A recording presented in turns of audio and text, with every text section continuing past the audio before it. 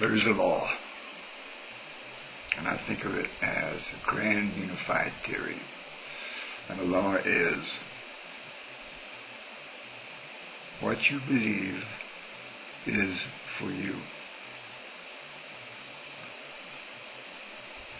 Now this law holds true.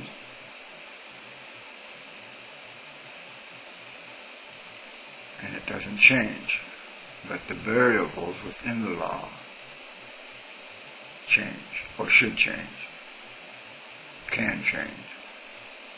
And the variables are you, which is the believer, and what you believe, which is the belief.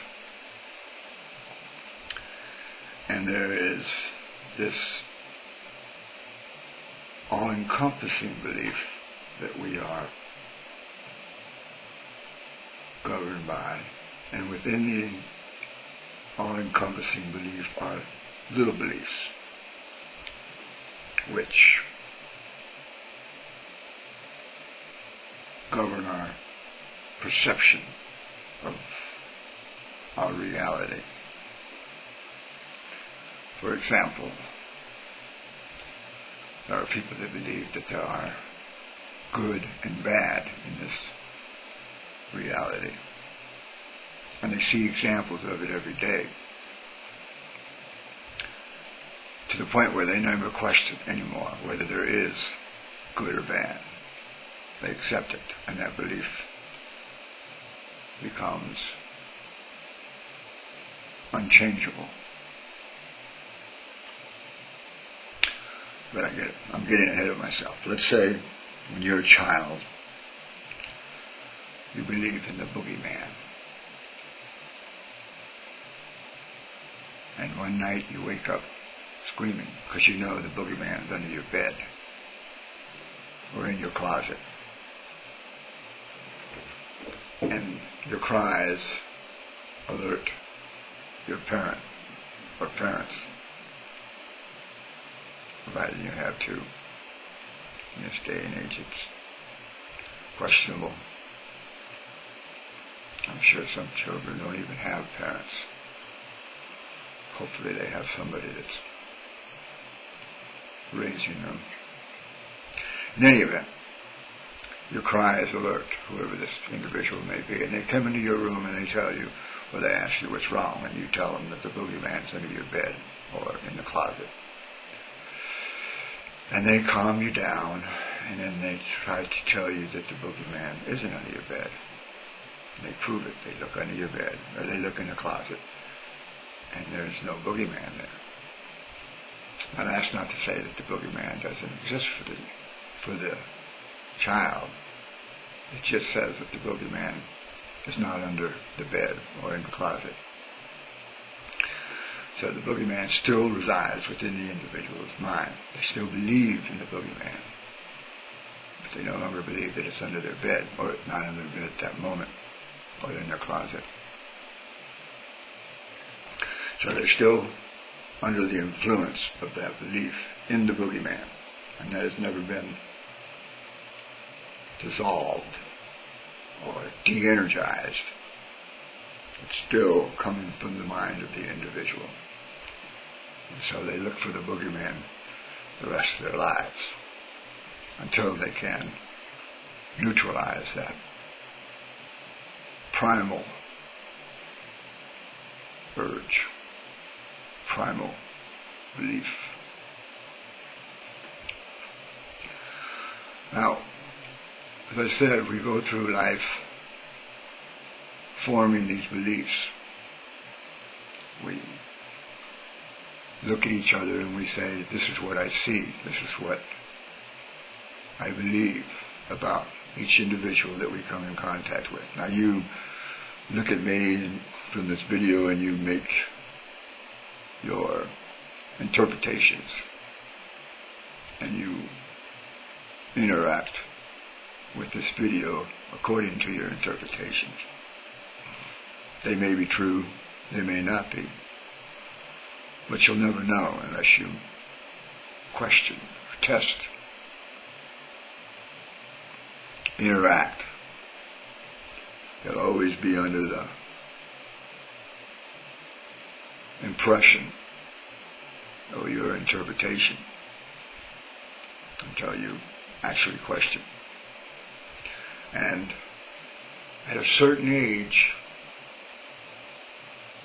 we no longer question our beliefs. We have come to the point where we trust our interpretation and we act on it as if it were an unchangeable law. But that is another law. Everything changes. But we begin to resist change. We say, no, that's the way it is, and that's just the way it's going to be. And we resist the fact that that's changeable. And so we're locked into these beliefs. We become prisoners of these beliefs. There are some people that question their beliefs. They're always looking to see how true they are, or whether they're false. But in any event, they're questioning them. And the more they question them, the more they find that the beliefs are true, but true only for the moment. And that they can change, they can grow, they can dissolve. I mean, there's some people that look at people and say, this is this. And then when they meet the individuals, they find their first impression was not correct. And they're surprised by this revelation. But they don't apply the same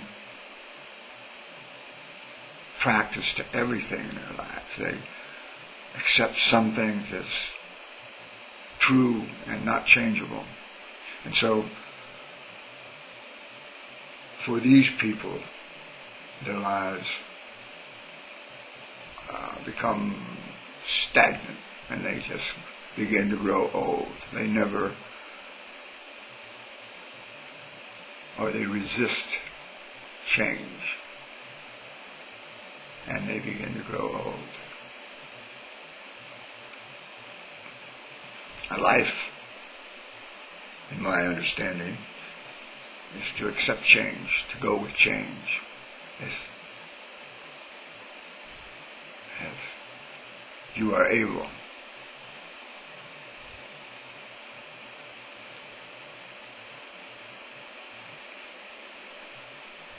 It's very difficult.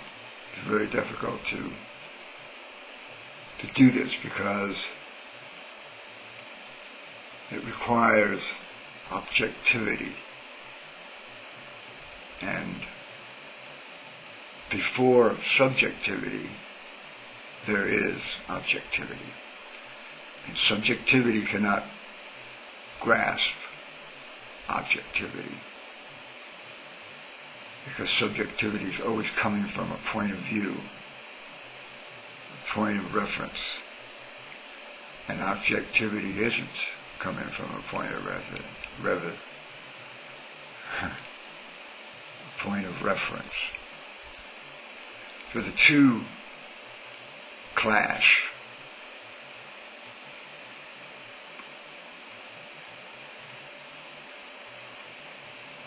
Subjectivity comes from objectivity,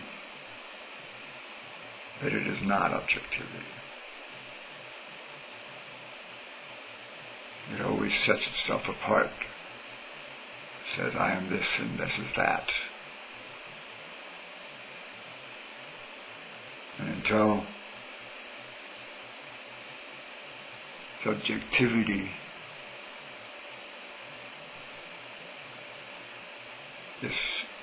surrenders to objectivity,